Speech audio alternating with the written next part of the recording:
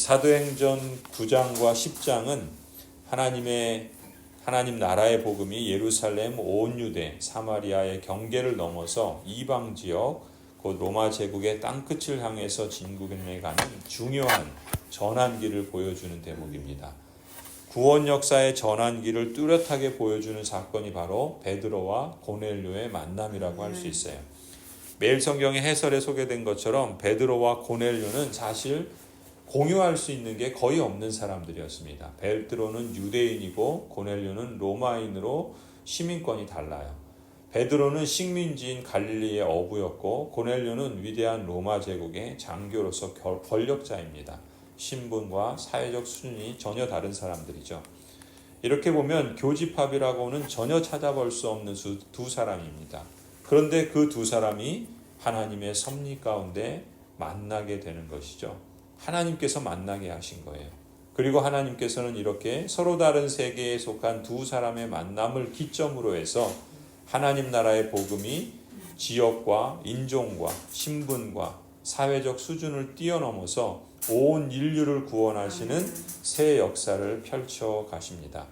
오늘 본문에서 우리는 하나님께서 어떤 방식으로 하나님의 구원 역사를 이루셨는지를 주목해 볼 필요가 있어요. 사람마다 자신이 믿고 있는 그리고 고수하고 있는 어떤 신념이 있기 마련이죠. 그 중에서도 종교적인 신념은 다른 어떤 신념보다 강하게 작용을 합니다. 가령 유대인 베드로도 그랬습니다. 유대인들은 구약의 정결 예식을 법처럼 받아들였습니다. 반드시 지켜야 했던 것이죠. 그래서 부정한 것과 접촉하면 자신도 부정해진다고 철석같이 믿었던 것이죠. 그래서 부정한 음식, 부정한 물건들을 접촉하지 않도록 주의했을 뿐만 아니라 부정한 사람도 가까이 해서는 안 된다고 믿었고 그렇게 살아왔어요. 특히 유대인들에게 이방인들은 대표적으로 부정한 사람들입니다. 물론 베드로는 예수님께서 승천하시면서 주셨던 주님의 지상명령을 알고 있었어요. 예루살렘과 온 유대와 사마리아와 땅끝까지 이르러 내 증인이 되어야 한다라는 말씀을 기억하고 있었습니다. 이 말씀은 멀리 있는 유대인을 두고 하는 말이지 이방인을 포함한다고는 전혀 생각하지 못했을 겁니다. 그래서 지금 이방 지역인 욥바에 가더라도 그 욥바에서 유대인들만 만났지 다른 이방인들을 만나진 않았던 거예요. 베드로의 이런 신념을 잘 보여주는 대목이 9절입니다. 베드로가 유대교의 율법의 말씀을 따라서 하루에 3번 기도하는데 정오 시간에 기도하는 중에 참 의아한 일을 만나게 되죠. 환상 중에 하늘이 열리고 그 하늘에서 내려온 큰 보자기에 땅에 있는 각색 4발 가진 짐승과 기는 것과 공중에 나는 것들이 담겨 있는 겁니다. 그런데 13절에 베드로야 일어나서 잡아먹으라 하는 음성이 들려오는 거죠. 그래서 베드로는 단호하게 대답합니다. 주님, 절대로 그럴 수 없습니다. 나는 속되고 부정한 것은 한 번도 먹은 일이 없습니다. 그 보자기에 담겨 있는 것들이 다 속되고 부정한 것들이었던 것이죠. 그랬더니 두 번째로 음성이 다시 들려오는 거예요. 15절에 하나님께서 깨끗하게 하신 것을 속되다고 하지 말아라. 이러한 일이 3번씩이나 반복이 되어서 베드로에게서는 이런 일을 그냥 지나칠 수 없었던 겁니다. 특히 이제까지 자신이 고수하던 유대 종교적인 신념을 한마디로 송두리째 흔들어버리는 마른 하늘의 날벼락 같은 그런 일이 지금 벌어졌던 것이죠. 그래서 베드로가 도대체 이 환상이 무슨 뜻인가 생각하고 또한 어리둥절하고 있었던 그런 상황이었어요. 이 사람마다 자신이 믿고 있는 그래서 그것을 고수하는 어떤 종교적 신념이 있습니다. 그리고 그것은 절대로 바뀔 수 없다라고 하는 그러한 생각들이 있죠. 때때로 우리가 하나님의 말씀을 읽을 때나 설교를 들을 때 기존에 내가 갖고 있던 어떤 신념들과 충돌할 때가 있어요. 그때 우리가 유념해야 할 것은 그 충돌하는 생각이 나의 고정관념은 아닌지 하나님께 꼭 물어보셔야 됩니다. 특히 사람에 대해서 저 사람은 변화될 수 없는 사람이라고, 저 사람은 본질적으로 구제불능이라고, 저 사람은 원래 저런 사람이라고, 저 사람은 안 된다고 이런 생각을 갖고 대하는 사람들이 있어요. 혹 나에게도 어떤 사람에 대한 고정관념은 없는지 하나님께 물으셔야 됩니다. 신앙의 성숙은 뿌리에서부터 비롯되는 거예요. 열매만, 겉으로 보이는 것만 바뀐다고 성숙하지 않습니다.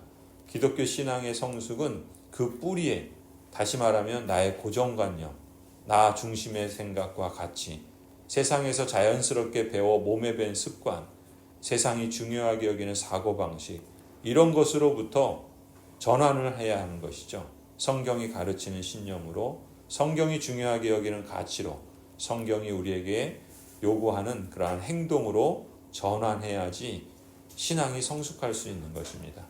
이러한 출발은 끊임없는 말씀에서 들려주시는 하나님의 음성을 묵상하고 거듭 생각하고 그 말씀을 따라서 실천하며 순종으로 매일의 삶을 살아낼 때 비로소 이루어지는 것이라 볼 수 있습니다.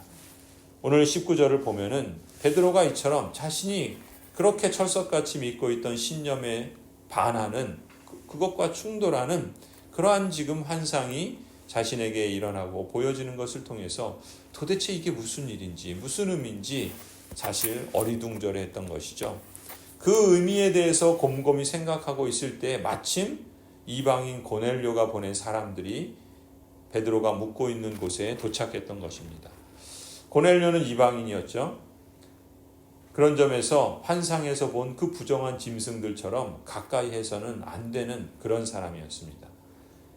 그런데 베드로가 예수님의 그 십자가와 부활을 믿고 그리고 성령께서 강림하신 이후 그리스도인으로 변화된 이후에는 그의 신념도, 그의 유대교에 대해서 가졌던 그러한 고정관념들도 변화가 필요했던 것입니다. 하지만 그러한 변화는 쉽게 이루어지지 않죠.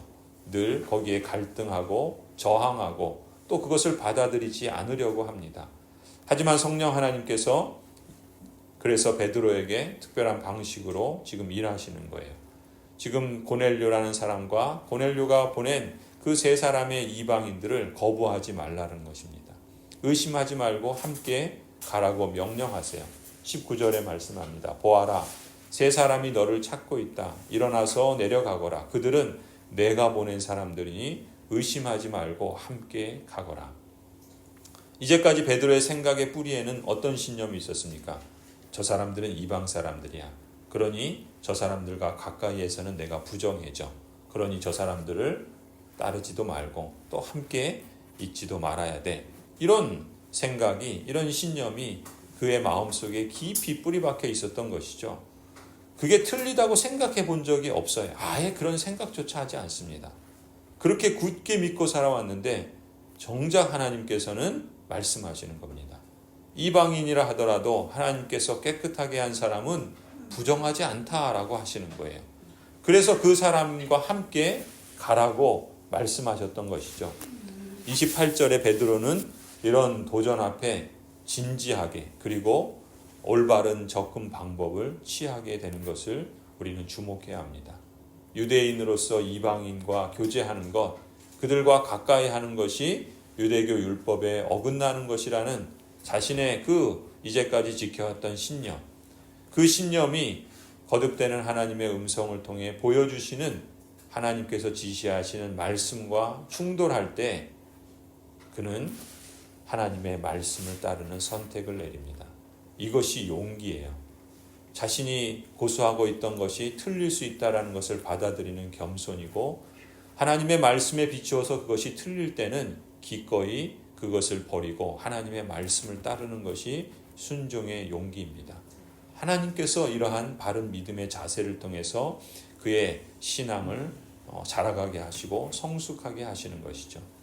물론 행동을 바꾸는 것은 그리 쉽지 않습니다. 그리고 그 뿌리가 깊게 박혀있는 생각은 더욱더 힘들어요. 우리도 나무를 볼 때 그 뿌리가 깊은 나무들은 그것을 빼내기가 정말 힘들지 않습니까? 그런 것처럼 신앙도 마찬가지입니다. 신앙이 성숙하기 위해서는 그 깊이 뿌리 박혀있는 것들이 혹 잘못된 것이라면 하나님의 말씀에 새로운 전환이 요구된다면 과감하게 어떤 방법을 동원해서라도 그것을 바꿀 수 있어야 합니다. 캐내야 되는 거예요. 그런 도전을 말씀을 따라서 바꾸어가는 실천이야말로 가장 중요한 그러한 신앙적 성숙의 필수 과정이라고 말할 수 있습니다. 베드로는 그런 점에서 일단 자신의 생각을 멈춥니다. 그리고 하나님의 말씀을 따라가기로 선택을 하죠.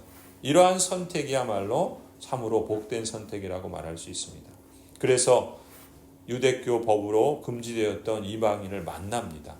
베드로가 이방인을 직접 만나보고서 생각이 달라지죠. 내일 본문이지만 34절을 보면은 베드로가 이제 입을 열어서 말합니다. 내가 참으로 하나님은 사람을 외모로 취하지 않는다라는 것을 이제 깨닫게 되죠. 그리고 더 나아가서 이방 땅에도 이방인들에게도 하나님을 경외하는 자가 있으며 하나님께서 그들에게도 성령의 그러한 복을 주시는 것을 이제 깨닫게 됩니다. 하나님께서 저 사람은 아니야 라고 생각했던 그러한 이방인을 사랑하시고 계신다는 것을 베드로가 보게 되고 깨닫게 되고 그렇게 삶의 변화가 나타나는 것이죠. 베드로는 이방인 고넬료의 집에서 예수 그리스도로 말미암은 화평의 복음을 전합니다. 44절에 베드로가 이런 말을 하고 있을 때 그 말을 듣는 모든 이방인들에게 성령 하나님께서 임재하십니다. 할례를 받은 사람들 가운데서 믿게 된 사람으로서 베드로와 함께 온 사람들은 이방 사람들에게도 성령을 선물로 부어주신 사실에 놀라지 않을 수 없었던 것이죠. 하나님 나라의 복음이 증거될 때 성령 하나님께서 그 모인 사람들에게 임하시는 것을 알 수 있습니다. 베드로는 이방 그리스도인들과 유대 그리스도인들 사이에 차이가 없으며 그리스도 안에서 하나요 동일하다라는 것을 확인하게 되는 것이죠. 그들 모두가 동일한 복음을 받았고 동일한 성령 하나님께서 임재하셨습니다. 그래서 동일한 예수 그리스도의 이름으로 세례를 베풀게 되지요. 이렇게 복음의 그 장벽을 지키고 있던 것들이 무너지고 그리스도 안에서 하나가 된 것입니다. 이러한 복음은 고정된 신념에 사로잡혀 있는 것을 허락하지 않습니다. 복음이라는 말 자체가 변화의 능력인 것입니다. 내 생각, 내 고집, 내 고정관념을 하나님의 생각, 하나님의 뜻으로 변화시키는 능력이 복음에 있습니다. 또한 복음은 더 나아가서 화평의 길을 열어주는 열쇠입니다. 저 사람은 아니야라고 믿었던 그 사람에게도 하나님께서는 복음을 듣게 하시기를 원하시는 거죠. 그리고 그 고정관념의 벽을 넘어서 관계의 벽을 넘어서 함께 하나님의 은혜를 누리는 복된 자리로 초대하십니다. 그래서 하나님께서는 우리에게 원수를 사랑하라고 하시는 것이죠. 원수라 할지라도 하나님께서 그 사람을 받아들일 수 있고 하나님께서 그 사람에게 하나님의 구원의 은혜를 주시기 때문에 내가 용납할 수 없고 내가 쉽게 받아들일 수 없는 그 사람에게도 하나님이 함께 하신다는 것을 인정하고 또 받아들이고 그렇게 그리스도 안에서 하나됨을 힘써 지켜나가는 것이 그것이 성숙한 신앙의 모습이라고 할 수 있습니다. 베드로의 이 선택이 베드로 자신의 삶의 지평을 넓혀 주었습니다. 예루살렘에서 로마 제국으로. 그래서 사도 베드로는 로마에 가서도 하나님 나라의 복음을 담대하게 전하게 되고 로마에서 순교를 하게 됩니다. 또한 베드로의 이 선택은 교회사에 있어서도 그야말로 획기적인 방점을 찍는 계기가 되었습니다. 하나님 나라의 복음이 유대인에게서 이방인에게로 확산되어지는 놀라운 그러한 계기가 된 것이죠.